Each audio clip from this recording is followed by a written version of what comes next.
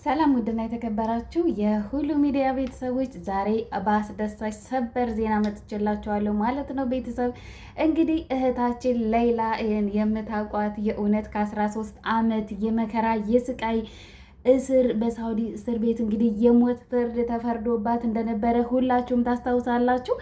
ዛሬ እንግዲህ በዛሬው ዕለት በእውነት እናት ቅድስት ሀገር ኢትዮጵያ ገብታለች። በእውነት በጣም ነው እኔ ያለቀስኩት። ማርያምን ነው የምላችሁ፣ በጣም ነው ያለቀስኩት። በጣም ማለት ደስ ብሎኝ ማለት ነው። በቃ ከኤርፖርት እናትና አባቷ ሲቀበሏት በቃ የእውነት ያለው ደስታ በጣም ነው የምታሳዝነው። የእውነት በጣም ነው ደስ የምትለው። እንዴት ደስ እንዳለኝ ልነግራችሁ አልችልም ማለት ነው። የእውነት በቃ ቪዲዮውን እያየሁኝ በቃ እንዴት እንዳለቀስኩኝ ማለት ነው። እና እናትና አባቷ በቃ ወንድም እህቶቿ እንግዲህ ያስቡት ከ13 ዓመት ስቃይ መከራ በኋላ እንግዲህ እውነት አንዳንዴ እንግዲህ ሌላ ላይ የምንማረው ነገር ምንድን ነው? ትዕግስት በቃ አለ አይደለ? እግዚአብሔር አምላክ የእውነት የቸርነቱን ስራ የሰራበት ነው። በቃ እንግዲህ የሞት ፍርድ በባዕድ ሀገር የሞት ፍርድ ተፈርዶባት የነበረ እህታችን እንግዲህ ከ13 ዓመት በኋላ እንግዲህ ምህረት ተደርጎላት ወደ ሀገሯ ገብታለች ማለት ነው። በዛሬው ዕለት ኤርፖርት ሲቀበሏት በቃ በጣም ነው እናትና አባቷ እግር ስር እያለቀሰች ድፍት ብላ በእንባ እግሩን ስታጥቦ የአባቷን እና በቃ የእውነት በጣም ነው ደስ የሚል እና ወንድም ካሊድ እና አቡ አሚር በቃ ብዙ ሰዎች ያው ሂደው ተቀብለዋታል ማለት ነው። እናትና አባቷን ታስታውሳላችሁ ከዚህ በፊት እንዴት እያለቀሱ ያ ብር ሁሉ ሲዋጣላት እንዴት የነበረው ስቃይ መከራ በጣም ያው የሚረሳ አይደለም። በዛሬው ዕለት የእውነት ሁል ጊዜ ትሄዳለች ይባላል እንሰማለን። ነገር ግን ምንም በቃ እንደዚህ ሰምታችሁ አታውቅም። በቃ ማለት ዛሬ ግን ያ ሁሉ ነገር አልፎ ይሄን ስላየን የእውነት እኔ በጣም ነው ደስ ያለኝ። እንግዲህ እናትና አባቷ በቃ በጣም ትልልቅ ሰዎች ናቸው፣ በጣም የሚያሳዝኑ ናቸው እና እንግዲህ በህይወት እያሉ ያው ልጃቸውን አይተዋል ማለት ነው። ይህንን እድል ያላገኙ ብዙ በሰው ሀገር የቀሩ አሉ። በእውነት ሌላ በጣም እድለኛ ናት። በሰው ሀገር እንደዛ ተፈርዶባት ያነ ሁሉ ብር ተዋቶ እንግዲህ ተከፍሎ ነገ ትሄዳለች ዛሬ ትሄዳለች ሲባል በቃ ቆየች ማለት ነው። እንደምታውቁት የእሷ ጉዳይ በጣም የሚያሳዝን ነው። በጣም መነጋገሪያ ነበረ በወቅቱ እና ይህን ያክል ዓመት 13 ዓመት በዚህ እስር ቤት ማለት ነው። ማለት እስር ቤት ሙቀቱን ታስታውሳላችሁ። እንዲሁም ብዙ እህት ወንድሞቻችን ኢትዮጵያውያን ወንድሞቻችን ጥቁር ፌስታን ለብሰው ታስታውሳላችሁ።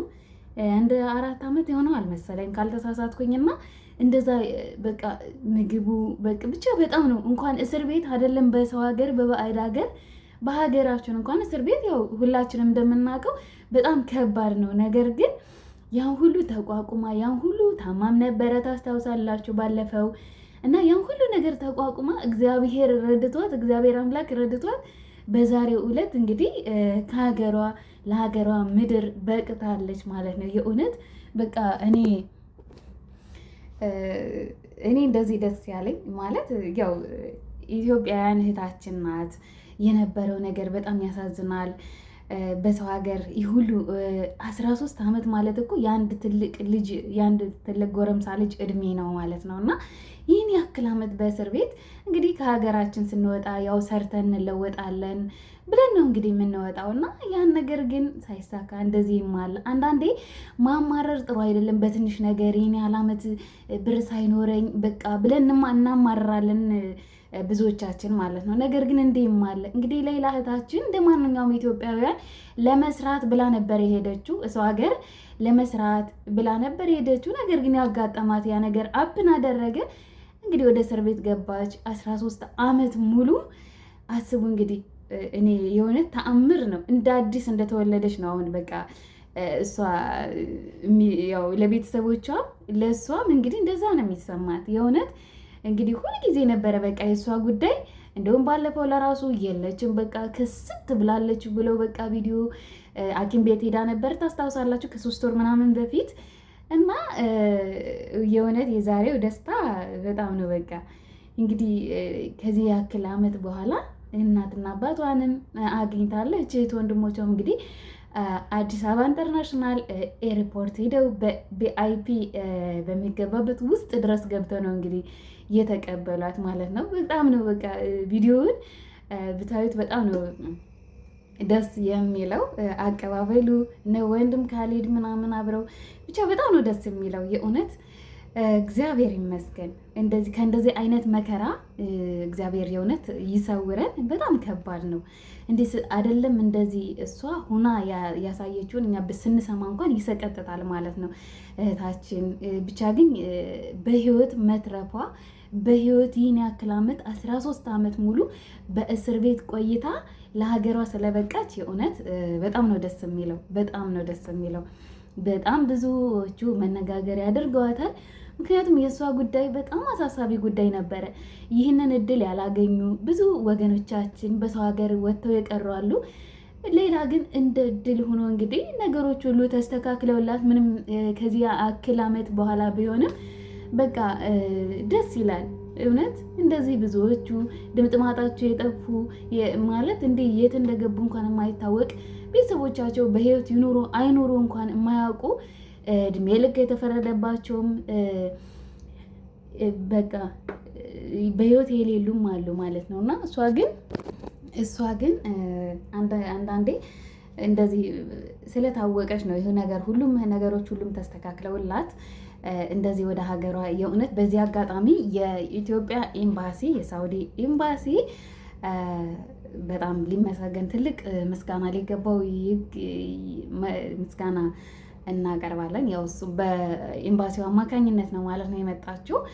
ብዙ ህግ የያዘው ነበረ የእሷ ጉዳይ እና ያው ነገሮች ሁሉም ነገር ተስተካክለውላት እንግዲህ ለሀገሯ ምድር በቅታለች። እውነት እንኳን ደስ ያላችሁ። እናት አባቷም ያው የኢትዮጵያ ህዝብ ነው የተረባረበላት። የእውነት ድፍን የኢትዮጵያ ህዝብ ነው የተረባረበላት በብር በሚዋጣበት ወቅት እና ያው ሁሉም ሊመሰገን ይገባል። ሙሉ የኢትዮጵያ ህዝብ የረዳችኋት በገንዘብም በሀሳብም በምንም የረዳችኋት እንግዲህ ያው የረዳችሁ እንግዲህ ውጤታችሁ እዚህ ደርሷል እና በጣም ነው ደስ ያለኝ። በጣም እንኳን ደስ ያላችሁ። የእውነት እኔ አላቅም የእውነት እንዴት እንዳለቀስኩ ማርያምን በቪዲዮን ሳይ በጣም ነው ያለቀስኩት። ከኤርፖርት ምናምን ሲቀበሏት እሷ በቃ ኤርፖርቱ ለቅሶ ቤት ነው የመሰለው እና አረ ዝም በሉ ምናምን እያሉ ነበረ ማለት ያው ደስታቸውን ነው በቃ ማለት እንደዚህ በህይወት ትመጣለች የሚልም ሀሳብም አልነበራቸውም።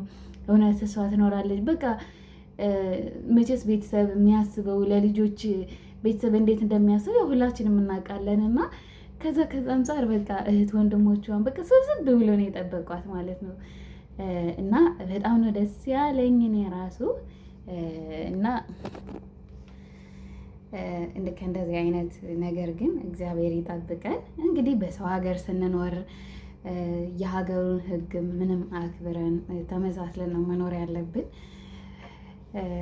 ከባድ ነው የእውነት በሀገር እንኳን መቼስ በሀገር እስር ቤት እንኳን ቢሆን ያው ወገን ዘመድ ይጠይቃል እና በሰው ሀገር ግን ከባድ ነው የእውነት ማንም ሰው የለ። በቃ ይሄን ያክል ዓመት አይደለም እስር ቤት አይደለም 13 ዓመት ለአንድ ለሁለት ቀን እንኳን እንደው ለአንድ ዓመትም ከባድ ነው ማለት ነው። እስር ቤት ነው በቃ።